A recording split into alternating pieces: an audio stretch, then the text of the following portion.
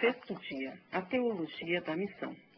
No banquete de ontem, fomos servidos pelo Espírito Santo com pratos preparados com os ingredientes históricos e proféticos do surgimento da Igreja Adventista do Sétimo Dia.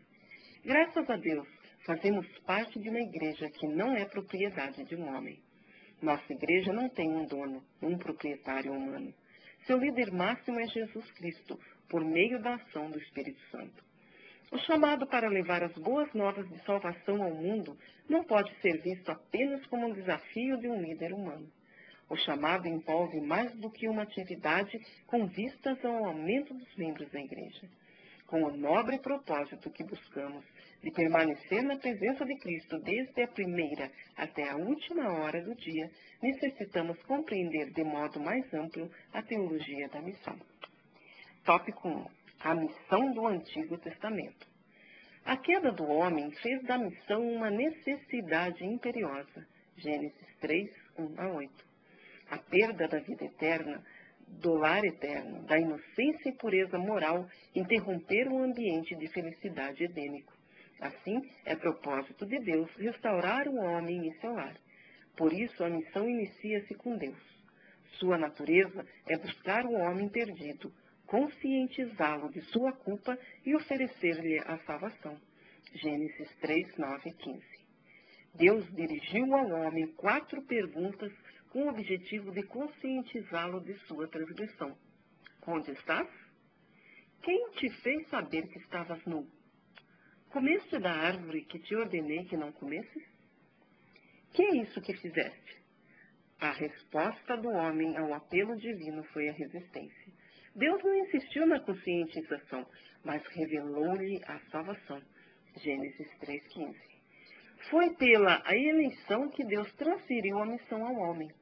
A primeira informação explícita é referente a Enos, quando começou a invocar o nome do Senhor.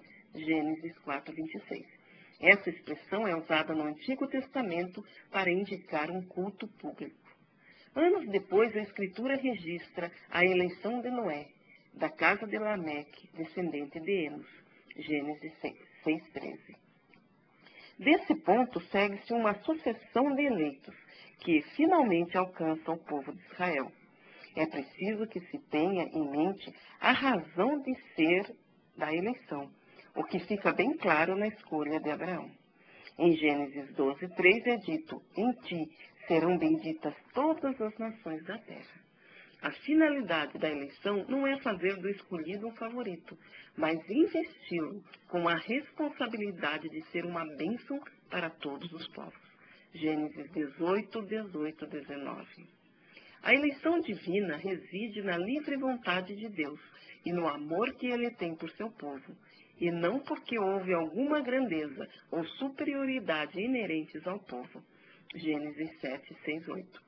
A eleição é para a realização de uma missão mundial e não para criar um povo favorito. A santidade de caráter é o primeiro requisito para o êxito do exercício da missão.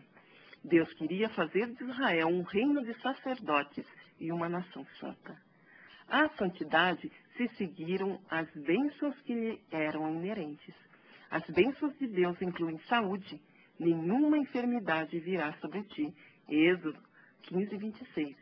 A prosperidade em todos os aspectos da vida marcaria a experiência de Israel. Deuteronômio 28, 1, 14. A superioridade das leis de Deus levaria os povos a reconhecer a grandeza de seus estatutos. O propósito de todos esses valores, desenvolvidos no povo de Israel, objetivava tornar a nação uma eficiente testemunha de Deus. Deus pretendia que a nação fosse luz para os gentios. Com isso, Deus queria livrar os israelitas do preconceito, de todo etnocentrismo e nacionalismo exacerbado que inviabilizavam a missão. Israel deveria, assim, fazer convergir os povos ao povo de Deus, a fim de que fossem incluídos na nação de Israel e participantes das bênçãos por Deus prodigalizadas. Por isso se diz que a missão no Antigo Testamento é predominantemente centrípeta ou convergente. Ellen White apoia esse ensino nas seguintes palavras: os filhos de Israel deviam ocupar todo o território que Deus lhes indicara. Aquelas nações que haviam rejeitado a adoração e o serviço ao verdadeiro Deus deviam ser despojadas. Mas era propósito de Deus que, pela revelação de seu caráter, através de Israel, fossem os homens atraídos para si. O convite do Evangelho devia ser dado a todo mundo. Mediante o ensino do serviço sacrificial, Cristo devia ser erguido perante as nações, e todos que olhassem para ele viveriam. Todo aquele que, como Raabe a cananita e Rute a moabita, tornassem da idolatria para o culto do verdadeiro Deus, deviam unir-se ao seu povo escolhido. À medida que o número dos israelitas crescesse, deviam eles ampliar suas fronteiras, até que o seu reino envolvesse o mundo. Profetas e Reis, página 19. Através das bênçãos dadas a Israel com base na santidade, Deus queria atrair os povos de toda a terra para reconhecê-lo como seu Deus e integrá-los na comunhão do seu povo. Tópico 2. A missão no Novo Testamento. No Novo Testamento, a missão começa com Deus, como aconteceu no Antigo Testamento. Jesus Cristo é o iniciador e o modelo de toda atividade missionária. Ele veio buscar e salvar o perdido. Mateus 19:10. Ele veio para servir e dar a sua vida em resgate por muitos. Marcos 10:45. A mensagem central do Evangelho é ao mesmo tempo a natureza própria da missão de Cristo.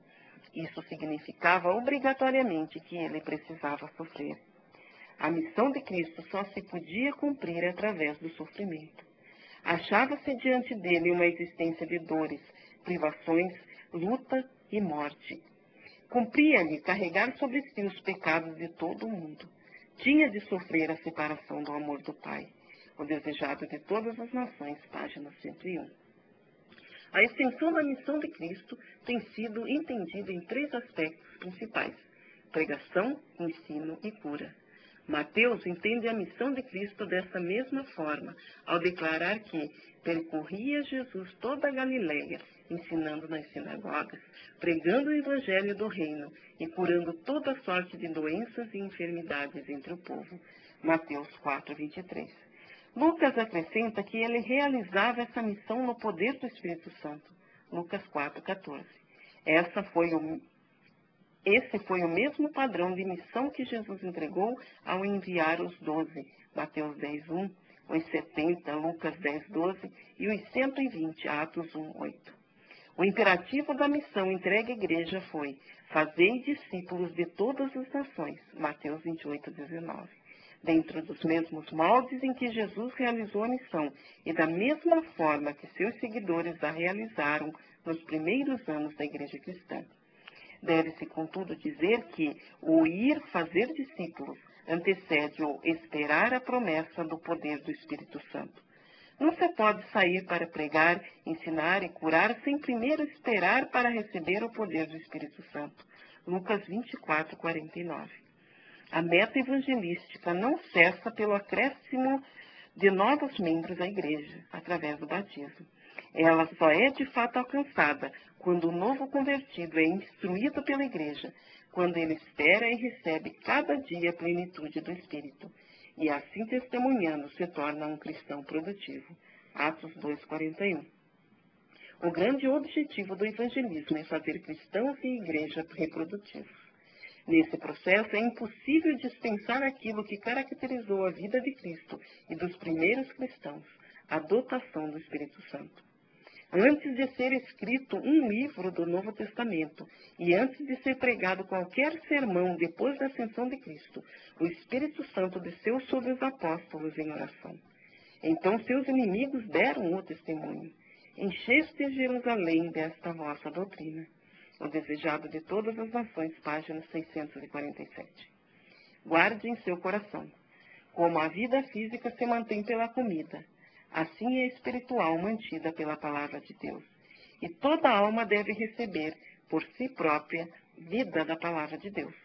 Como temos de comer por nós mesmos, a fim de receber nutrição, assim devemos receber a palavra por nós mesmos. O desejado de todas as nações, página 390.